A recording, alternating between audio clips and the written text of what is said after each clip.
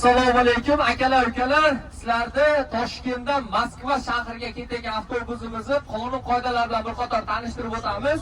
Avtobusimiz hozirda Toshkent Qoplonbek tamoyilnisidan o'tadi. Qoplonbek tamoyilnida hamma so'mkalarini tushirib o'tadi. Faqat avtobusda ichida suvlar bo'lsa, suvlar qoldiringlar. Qolgan hamma narsamizni olamiz. Avtobus neytralga antenna kiradi. Passajirlar antenna kiradi. Lentadan o'tkazib Qozog'iston tamoyilnisidan lentadan o'tganimizdan keyin neytralka degan joyi bor. Neytralkada avtobusni kutib turinglar. Darchi Qozog'iston territoriyasiga o'tib ketib qolmanglar.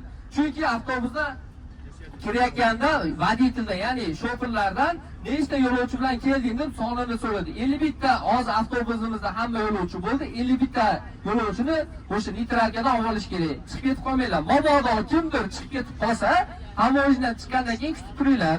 Rossiya tamoyilnisiga kelganda esa Rossiya tamoyilnisida yo'lovchilarga so'mkalarni tushirmaslik, vaqtdan tejashlik uchun 300 rubldan tamoyilni rasxotimiz bor. U majburiy emas, ixtiyoriy. Har xil. Misol uchun 150 rubldan bo'lishi ham mumkin, 100 rubldan bo'lishi ham mumkin, 300 rubldan. U borganida hal bo'ladi. Men prosta sizlarga 300 rubl deb aytib qo'yaman. 150 rubl Qozog'iston, 150 rubl Rossiya.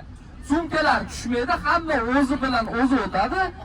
Chiqadi, yana avtobusga o'tiradi, ketadi darsi. Tamoyilda kutish holatlari bo'lmaydi. Bu ixtiyoriy, majburiy emas. Keyin agarda kimdir alimenti bo'lsa, O'zbekistondan taqiq qo'yilgan bo'lsa yoki bankdan qandaydir kredit olib taqiq qo'yilgan bo'lsa, hozirda tamoyilni O'zbekiston o'tkazmasa, u biletiga kuyib qoladi. Rossiyaga ham o'z ism familiyasini o'zgartirib ketayotganlar bo'ladigan bo'lsa, qaytarsa biletiga kuyadi.